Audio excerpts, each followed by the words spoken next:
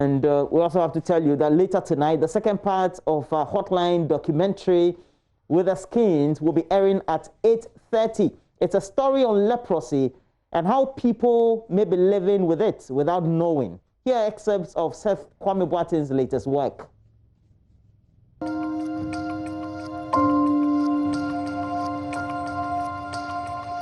In the central region, we joined Dr. Benedict Kwao and his team of experts in their case tracing mission, and this took us to a community called Isumanjura in the Bremane-Sikuma district.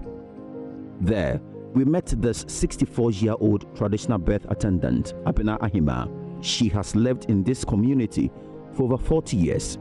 Abena has symptoms of leprosy, but she's not aware what it is.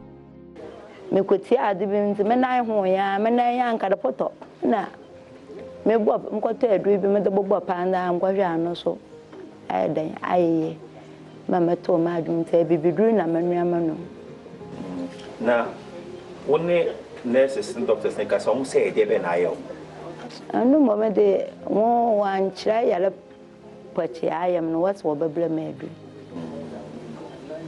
na wo hwa na ye yawe be na wan kasa woni me de man kasa de me to menche yale kwa ola ha madama.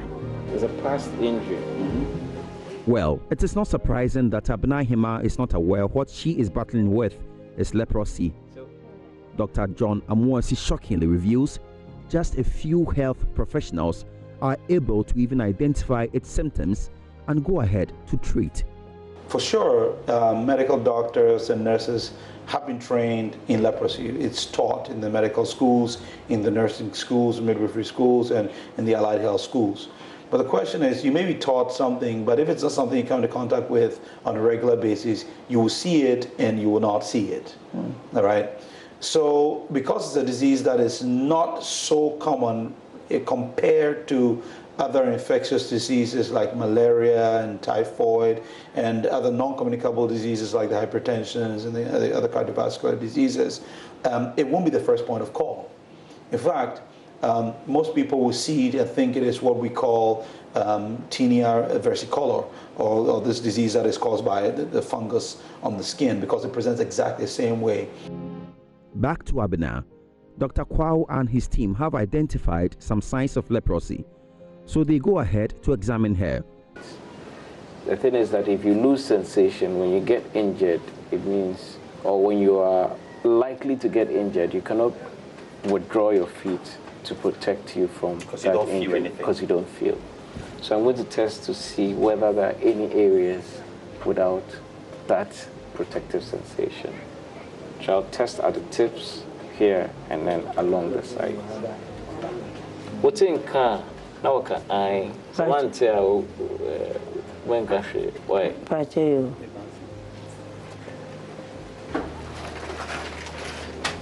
What's in car? So this area.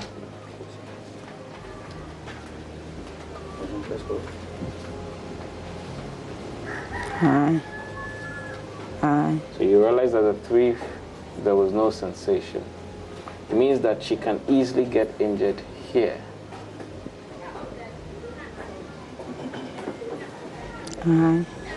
So you understand why she has this ulcer here, because she can't feel here, here, here, and here. So that protective sensation here is not there. He then moves to her hand. And in this case, she's lost the protective sensation on the hands. That's why she has this burn injury. She'll tell you that when she had it, she didn't feel the, but she realized that there was blisters there. Yes, what they guessed is right. She has leprosy and has come into contact with many people here because of her job as a traditional birth attendant. We are suspecting to have leprosy, has got very dry soles. And we know that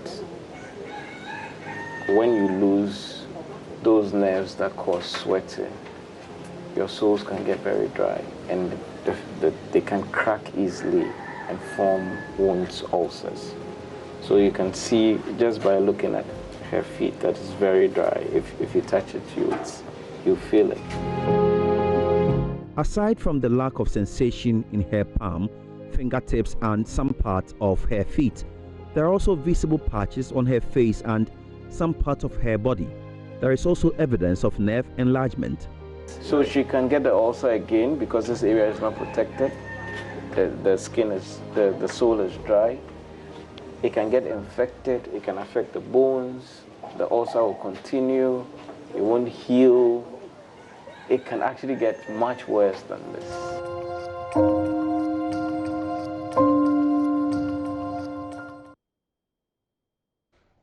And as a result of that, we're also showing the last part today. Make sure that you stay with us, and at 8:30 this evening, we will bring to you some of these harrowing but very interesting stories about leprosy. What we have been told, that is just 0.01% of the population that usually is infected. So it is not a public health issue. But the concern is, by the time that some of these cases get to the prying eyes of those in public health authority, then it becomes a concern, and ultimately it degenerates into what you've seen in that documentary. And there was a program manager for leprosy who was in there and trying to do the examinations. Now,